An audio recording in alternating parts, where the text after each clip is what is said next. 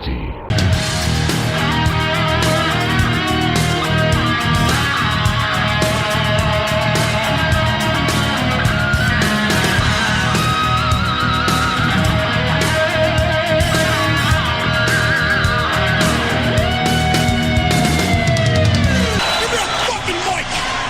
What is going on? Welcome to No Chill Promos. How y'all doing? Hope you're having a blessed Sunday for watching this. Gonna knock out this go home show for Genesis right before the pay-per-view. Alright, so bro, real quick, let's gotta do shout outs to everybody on YouTube and on Rumble. I'm at 338 on YouTube, so I got a couple subs. Thank you so much. I truly mean it. Rumble still at 90, I believe, followers, almost at 100 on there. So once again, I can't thank you guys enough. The whole reason I do this shit is for you guys, alright? So thank you. Well, without further ado, because again, this review is also late, alright? Well, not too late, because Genesis is in a few hours. So let's get into it. We start off with the king of TNA here on commentary. That is Killer Cass, aka King Cass, aka Frankie Kazarian. What's going on, Matthew? Thank you very much. Tom, is that the same suit you've been wearing for the past 4 weeks? You going through some financial troubles? All you gotta do is holler at the king. I'll get you a loan. I know some people that get you right. Some shit like that. Always a joy to listen to Frankie Kazarian on commentary. But we start off the first match, and that is my nigga Leon Slater versus Mustache Mountain, or Mustache Beard, because man has a whole full-fledged beard, but focuses on the mustache. And that is Trent Seven. Alright, this was easily match of the night, the opening match, because this match was excellent, right? And Trent is a underrated heel, where he's coming out talking shit with the fans out there. He goes to shake some random chick's hand. She sticks her hand out. He says, "Too slow." Before he doesn't even say anything, he just drops his hand down, right? Looks at her and then walks away.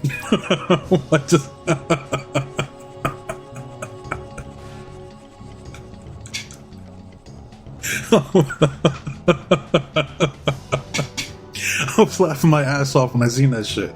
I'm like, yo, what an asshole. So simple, but so effective, right? But I'm not gonna break down the entire match, but I'll break down a few of the key moments here, which was like Trent Seven hitting like a Kenny Omega-esque snap dragon suplex to Leon Slater on the outside, sent this man down the fucking stairs. I'm like, ah, damn, that was nasty. Fast forward, hits the 7-star lariat, and Leon Slater kicks out at 2. I'm like, okay, it's kind of crazy. Alright. Fast forward, he then hits the burning hammer, and Leon Slater kicks out at 2. And you see the look on Trent Seven's face. I feel the same way. Like, I don't like people kicking out of the burning hammer. I don't. Or I don't care who uses it, that move should be protected. Like, even though his variation of the burning hammer is different from Kenta Kobayashi, it still should be protected. It's still the burning hammer, damn it. Alright, I'm just saying. Fast forward, Leon, he's on this Perk Angle shit.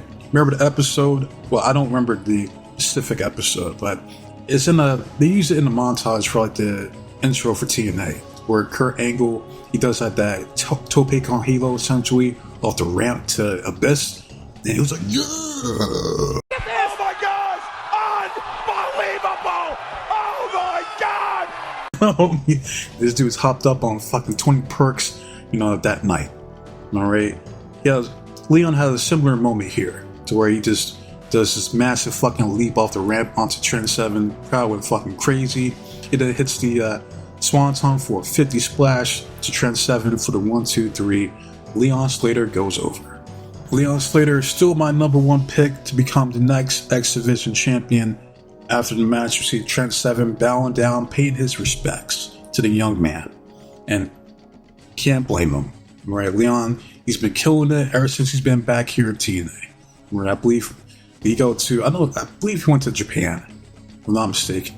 I know he went somewhere and then came back. Alright, so Glad to see him killing it here in TNA. And then we see King Cass. He's about to put hands on Leon Slater. Leon's spidey senses went off, and Cass was like, whoa, whoa, whoa, hold on now. Leon, calm down. Only trouble. Right? So that's pretty much all that happened here. So we move on.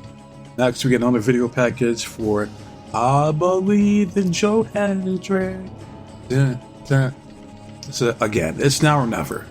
Right? Like, tonight, this is it. Alright?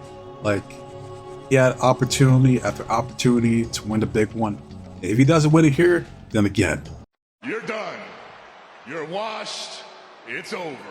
But I don't think that'll be the case, because I predicted this months back last year, that Hendry will win here at Genesis. King Cass will cash in his card shot, become the new TNA World Heavyweight Champion, succeeding where they failed with Christopher Daniels. And I'll get some more on Daniels here later on. Moving on, the next segment is a pre-celebration for the new Knockouts Tag Team Champions, Ash and Heather Balligans. The concierge comes out. He says, all you filthy pigs here in the audience, stand up, get off your fat asses, and pay homage to your new Knockouts Tag Team Champions. And that sign in the crowd's crazy. He says, Ash owes us child support. Who's us? I mean, like, that's crazy. Right? Without further ado, we see Ash and Heather Balligans. And it just so happens the concierge has presents for the self-proclaimed future Knockouts Tag Team Champions. What is it, you ask? Well, we see some two cheap ass cardboard cutouts of Ash and Heather Balligans. Now, I must say, they do look good with the belts. Right? I ain't gonna hold you. They do. And you can see the humility, the ecstasy, the bliss in Ash's face as she thanks all the people of any significance in her life. Her mama, her daddy, her brothers and sisters, her nieces and nephews, all her cousins, her entire family tree. She thanks all the beauticians that did any type of cosmetic work, including her pedicures, her French manicures. She thanks the people from Nip Tuck for giving her fake ass tits. She thanks the surgeon down in the Dominican Republic that gave her BBL. All the above. Right? But last but not least, she thanked the concierge for seeing the elegance within her. Right? Then Heather says that she can't believe it, and that she hasn't even been here a year, and that her life with Ash by Elegance has been the most exhilarating thing that she's ever done in her entire life. Right? And then they get interrupted by the current reigning, defending, undisputed Knockouts Tag Team Champions, Spitfire. Right? Danny Luna, her sexy ass, she was like, what the hell's going on here? Like, are you guys serious? Like, you guys celebrating something you aren't even close to winning. Ladies, it's not elegance. It's delusions! Jody then says, like, all I see is two wannabe Barbie dolls that think that they could wrestle with the real workhorses here at the Knockouts division. You think you're gonna win the Knockouts Tag Team Championships at Genesis? Nah. Yeah.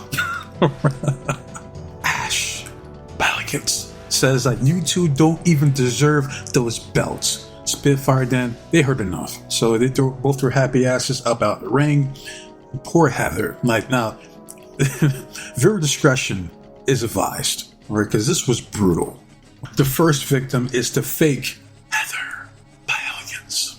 Danny Luna grabs her, damn near takes her head off with that lariat.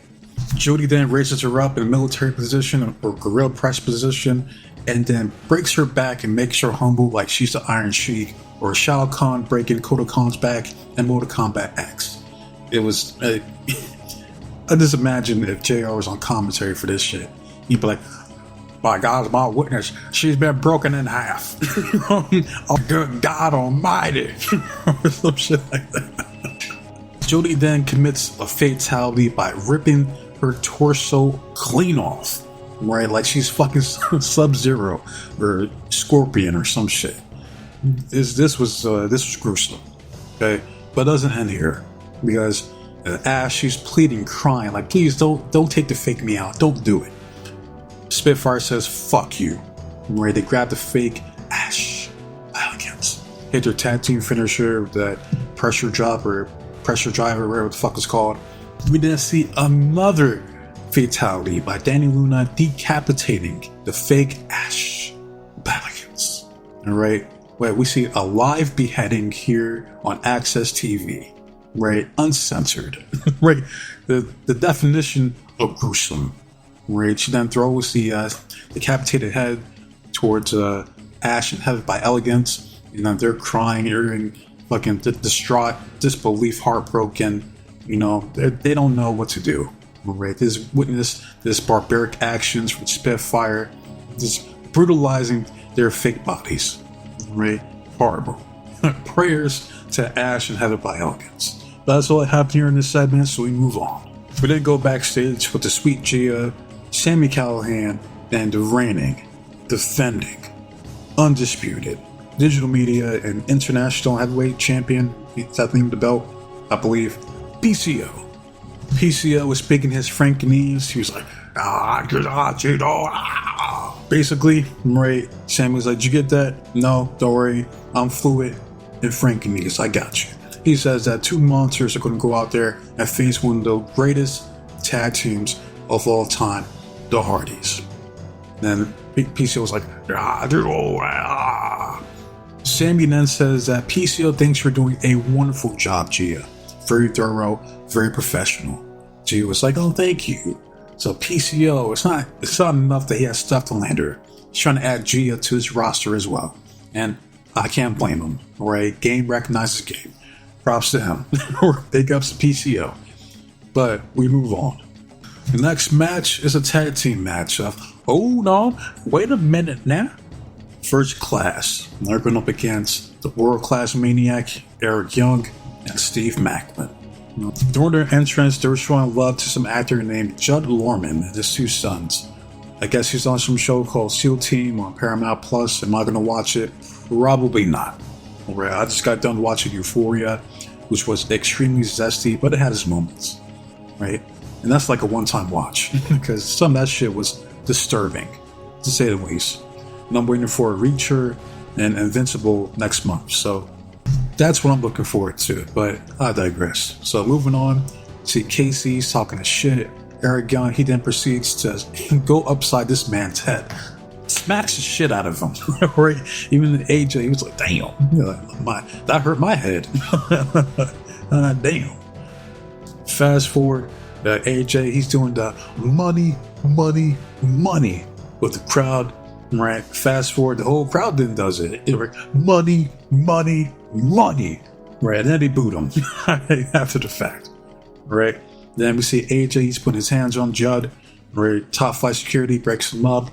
And you see the look on Judd's face. We were 2.5 seconds away from seeing another fatality here on TNA.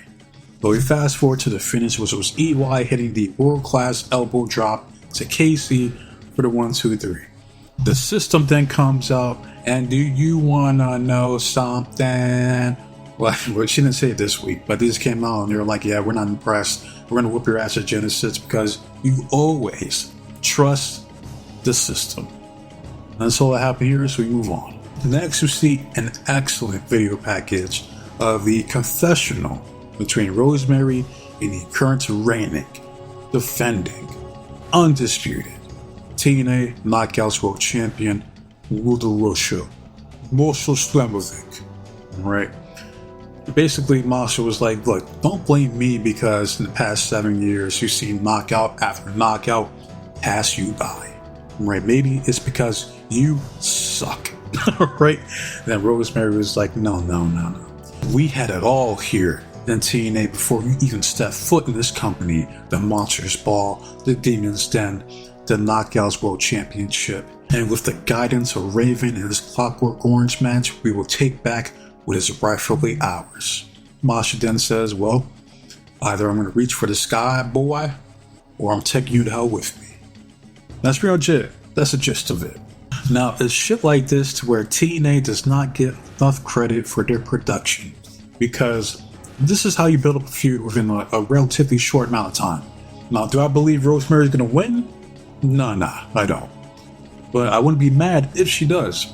Like, 7 years is a long-ass time, right? Masha's days as champion's already numbered because you have the chin in one hand.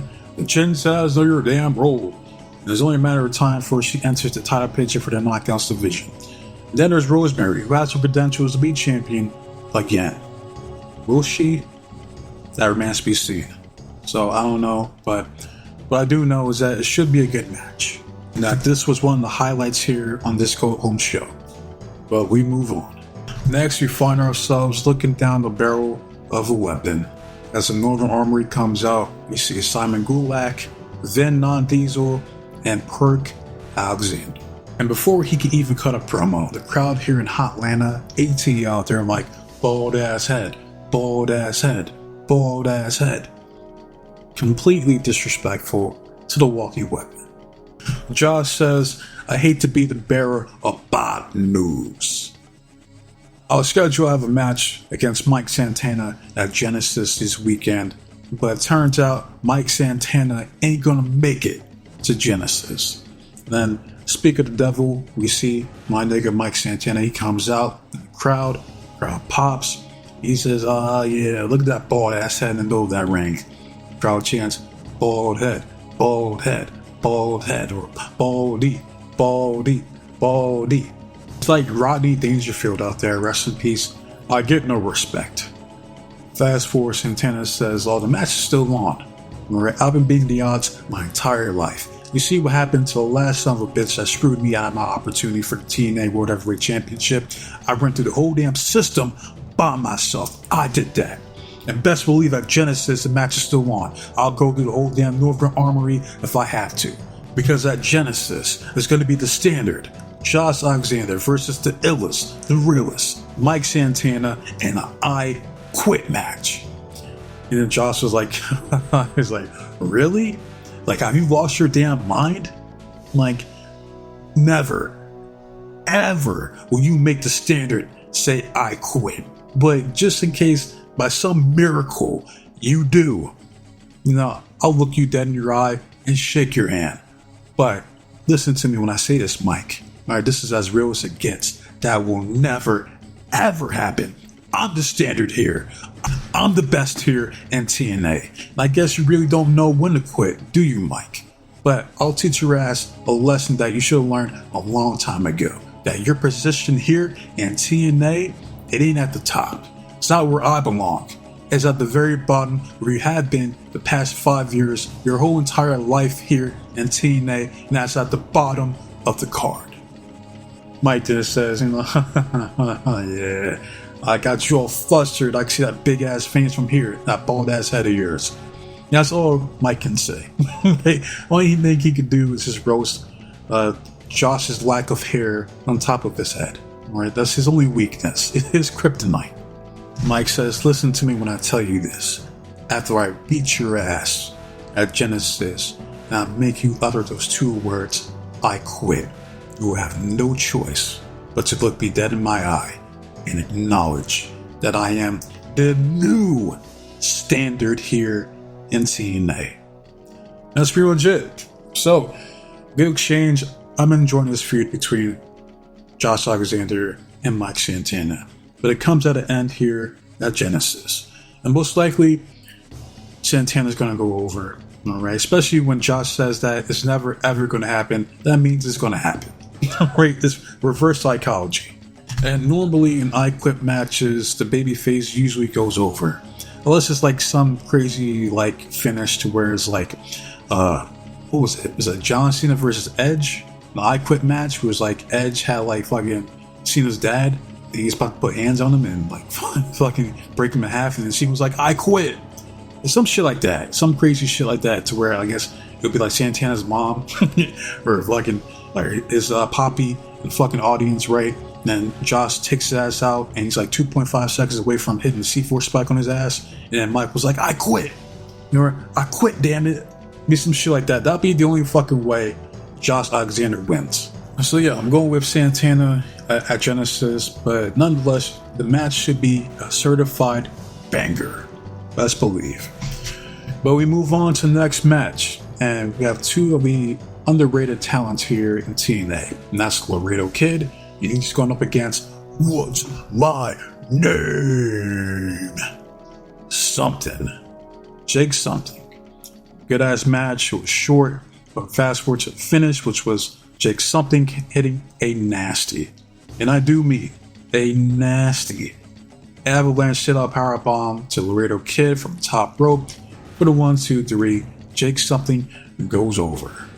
So they're supposed to be a tag team with your boy Hammer, Alexander Hammerstone, but he's out with an injury for a undisclosed amount of time. So I guess Jake something's out here doing his own thing. So hey, I wish Jake something best of luck, because they got to do something with this dude. Dude's a beast, right? Push the man. As far as the Laredo Kid, I'll get some later on here in a bit when I talk about the whole TNA and WWE partnership, right? But moving on, we see a video package for Ace Austin.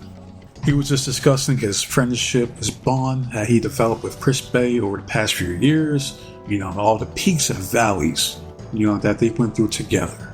And as how the Hardys were like his inspiration to becoming a pro wrestler, and now his favorite color, purple, is because of Jeff Hardy. So this was another good video package here. Do I think Ace Austin is going to win? Nah, I don't. Especially if Moose, the face of the franchise, is going to be coming out with a new title. Imagine that.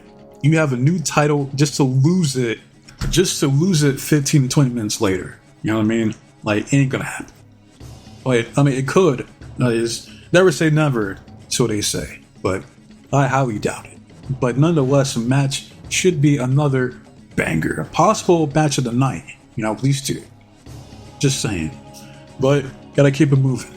Next, we have a tag team match. It's PCO versus the Hard Boys. Right? There's no Santino Marella on the show. But if PCO and Sami Callihan win, they get added to the tag team match at Genesis. Right? But we're going to fast forward to the finish, which was Jeff hits the Twist of Fate Stunner. Matt hits the Twist of Fate. Jeff hits the Swanton Bomb for the 1, 2, 3. The Hard Boys go over. And I've been seeing some news about Jeff here. I don't know if it was on the Chris Van Vliet's channel, but basically I've been seeing all these videos saying how, I guess he said himself that he could have been bigger than John Cena. And that's absolutely true. He was ready back in 2002 to be that main event spot. It was just, the problem with Jeff Hardy is Jeff Hardy. He's his own biggest obstacle. Always has been. It's those fucking demons of his, man, that prevented him from really reaching his true potential in the WWE and just in wrestling as a whole. Like, we've seen how over he was in 2008. Like, if you wouldn't have been sober like the entire time, like never got those DUIs and all that shit, never went crazy on drugs, man, oh man, like, what could have been. But at the end of the day, Jeff Hardy will go down as one of the most beloved wrestlers of all time. Like, I've seen this dude in person. Chill as fuck. He's a cool ass dude. So, you look at his career in hindsight, I think he did alright for himself. Multiple time world champion, one half of one of the greatest tag teams of all time. I think he did alright for himself. I don't know if he's still sober or not, because I see some of those crazy ass TikToks of his kids out there in North Carolina. So, I don't know. I don't know. Alright? Maybe that's just white people shit. Maybe he was high as fuck. I don't know. But Jeff Hardy is the man. But I gotta keep him moving. See Jordan Grace, the Juggernaut. She shows up, signs a contract, tells Tom, listen, I'm gonna leave this shit right here for Tessa to sign if she shows up. But let's be honest. It wouldn't be the first time. Moving on, we see I Believe in Joe Hendry. And the reigning, defending, undisputed TNA World Heavyweight Champion, Wanted Man, Nick Nemeth. Alright, they come out. Pretty much they've been saying the same shit they have been saying. Joe says, like, look, this is it for me. Right? At Genesis, I have to win. And he does. He's not lying. He has to win here. Right? It's now or never. Yeah, pull the trigger, we're done. Right? Nick says, like, listen, like, I know what this championship means to you. Right? I believe in you. The people believe in you.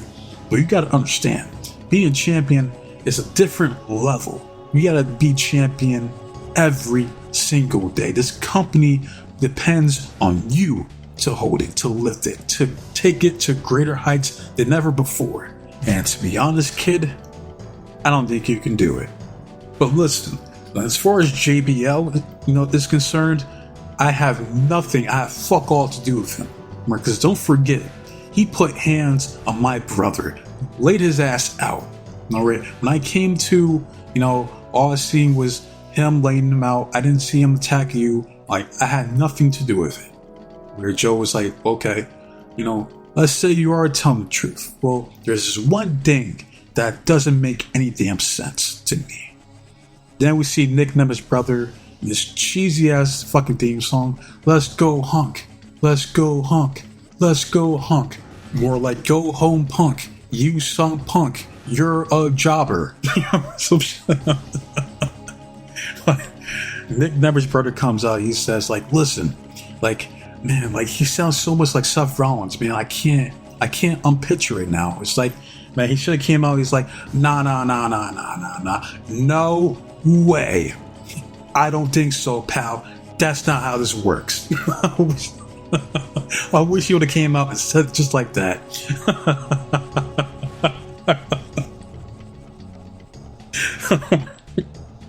That would have been hilarious. All right, but he was like, listen, brother. Right, Joe Hendry doesn't give a damn about that championship. He doesn't give a damn about TNA. He doesn't give a damn about these dumbass fans here in Atlanta. The only thing he cares about is Joe Hendry. He's a snake. He's a chump, punk, and I don't trust him. I don't like him. Joe says, I wasted more than enough time on your sorry ass, Ryan. So you want to come down this ring? I'll beat your ass again. And then Nick Nemeth's brother, he was like, oh yeah? Why don't you say it's my face? And Nick was like, hey, calm down, man. And then Joe, he's about to hit the standing ovation on Jobber, that is Nick Nemeth's brother. Nick then hits a super kick and completely misses him. All right, lays his ass out. All right, crowd chants, kick your brother, kick your brother. But he doesn't.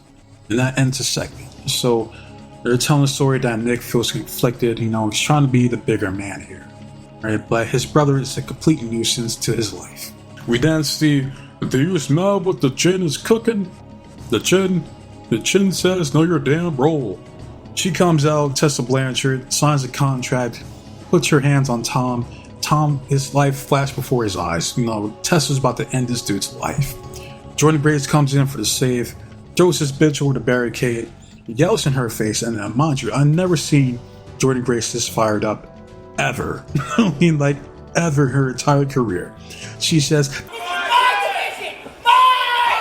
then hits the Juggernaut driver, lays her ass out, and she's like, yeah! This is my division, it'll never be yours. I'm like, man, where was this Jordan Grace at? Maybe there is something to Jordan Grace not liking Tessa Blanchard. I mean, because I've never seen Jordan Grace that fired up before. Ever. And that's how they end the go-home show for Genesis. Now, two things. I mentioned earlier about Christopher Daniels. Apparently, his in-ring career might be coming to a close. Now, what I would like to see is him have one last run here at TNA. Do what they should have done back in 05. Put the TNA World Heavyweight Championship on Christopher Daniels before it's too late. Right? It's there's still time. I'd love to see it. But chances are it's probably not going to happen. But if they don't, then Christopher Daniels, he's already one of the most underrated wrestlers of all time, right? And in TNA, in my opinion, he is the most underrated wrestler in TNA, right? No question. This dude was a part of one of the greatest triple threat matches of all time, with him versus AJ Styles versus Samoa Joe at Unbreakable 2005, right? Christopher Daniels had it all. He could talk, he could wrestle, he had the look, fallen angel gimmick, a complete package. But for whatever reason, they didn't pull the trigger on him. It still baffles me to this day. And hell, if they pull the trigger on King Cass, who calls your shot and becomes the new TNA World Heavyweight Champion, then they could do a feud between him and Christopher Daniels. There you go. Now you're talking. Alright? I'm just saying. But we shall see. I'll probably end up doing a video about Christopher Daniels when he decides to hang up the boots once and for all. right? Just pay my respects to the man. And last but not least, I'll give my thoughts on this whole WWE and TNA partnership, or multi-year partnership. Now, you can look at it from the positive and the negative. Start off with the positive. Now, hopefully this gives more opportunity for the TNA wrestlers to make some more money. And it creates an opportunity for all the underutilized talents on both TNA and WWE. Like, hey, like people like Laredo Kid. Hey, we got shit for you. Go to fucking SmackDown or Raw or fucking win the Speed Championship. I don't know. Same thing with fucking WWE. People like Apollo Crews. Hey, Apollo, I have absolutely no creative for you at all on SmackDown or Raw or NXT. So I'm gonna send you down to TNA. Tommy Dreamer will take care of you. Get your black ass out of here. Shit like that. All right. So, and I do want to see, someone mentioned this, I seen a comment, like Survivor Series this year, TNA versus WWE. I'm all for it. Or they could at least do fucking TNA versus NXT. You know what I mean? I want to see a pay-per-view of TNA's best versus NXT's or WWE's best. Right? Even though WWE, they're going to fucking put themselves over because they can't help it. But I do want to see some type of versus pay-per-view, PLE, at some point. Now the negative. All right. Now, under Vince, this would never, ever happen. Like, I'm not kidding. Like, no fucking way. Not a chance. All right. Like, all the talents that came from TNA that signed WWE, the only talent that really got pushed was AJ Styles. Not LA Knight. Yeah. Not fucking EC3. We all know that shit went. Not even Bobby Roode. The If Factor. One of my favorite championship runs ever in TNA. Not even him. Like, he did fine in NXT, but main roster, you have the fucking theme song, Glorious. No, I won't give in. I won't give in till I'm victorious. And I will defend. I will defend. Like, God, I miss that theme song. Even though it's not as good as the theme song TNA was If Factor, but I'm like, Bobby Roode had it all. Could talk, could wrestle, and not even him got the push on the main roster. But this is Paul Levesque's regime, aka the Pelican, Noseman, the Croc, Preparation H, Triple K, whatever you want to call him. Triple H. Alright. He's probably thinking to himself, well, AEW has New Japan. Well, we have Evolve, Noah, and now TNA. Because this is undeniable proof that this dude is incapable of creating new stars of his own. This dude has no idea what the fuck he's doing as a booker, the head of creative. Why? Because he isn't creative. And it goes back to Bret Hart when he was shitting on the Hell in a Cell match against Undertaker. Called that shit 4 out of 10.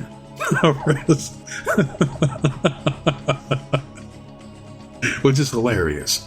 Right? Because my favorite match of, I prefer their second match at WrestleMania. 27, 28, one of those pay-per-views. But Bret Hart was like, Triple H isn't creative. This dude has to have a creative bone in his body. And he's correct. Already, he said that years ago as a wrestler. So people think all of a sudden now that he's a booker that's going to change?